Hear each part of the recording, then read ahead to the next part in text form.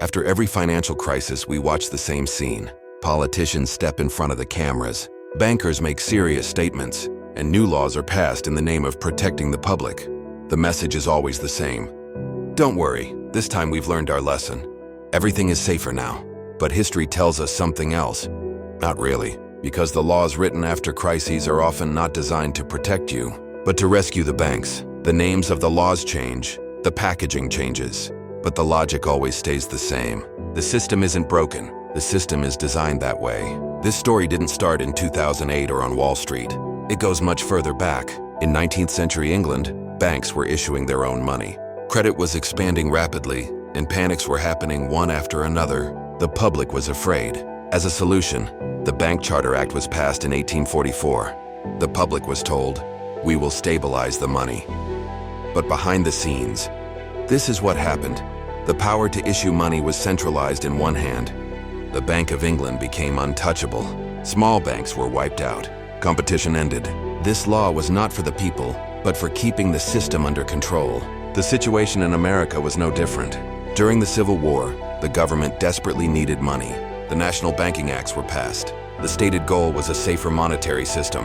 In reality, banks were forced to buy government bonds in order to issue money. In other words, banks became the government's mandatory financiers. The public was given safe money. But once again, the real winners were the banks. Then came the Great Depression. Thousands of banks collapsed. The savings of millions of people vanished. The public was furious. Something had to be done. In 1933, the Glass-Steagall Act was passed. Banks will no longer gamble, people were told. Society relaxed a little. Trust returned, but the core of the system didn't change. No one questioned why banks were so powerful in the first place. The public was simply told, "They are under control now." Years passed, lobbyists stepped in, and the law was gradually weakened, just before the next crisis arrived. That same year, deposit insurance was introduced. The government said, "If your bank fails, don't worry, your money is safe." Sounds great, right? But there was a price.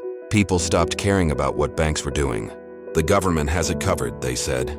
This gave banks the confidence to take bigger risks. And if things went wrong, it was clear who would pay the bill. And perhaps the most striking example, in 1933, banks were shut down. People were ordered to hand over their gold. "We're saving the economy," they said. But what actually happened was this. The public's real assets were taken and replaced with paper money. The system was saved. The people were not. These examples show us one thing. Laws are usually not written to protect people, but to keep the system standing. The public gets slogans. The banks get a lifeline. We saw this again during the 2008 crisis. Millions of people lost their homes and their jobs, but the banks were rescued by law. "We're saving the economy," they said.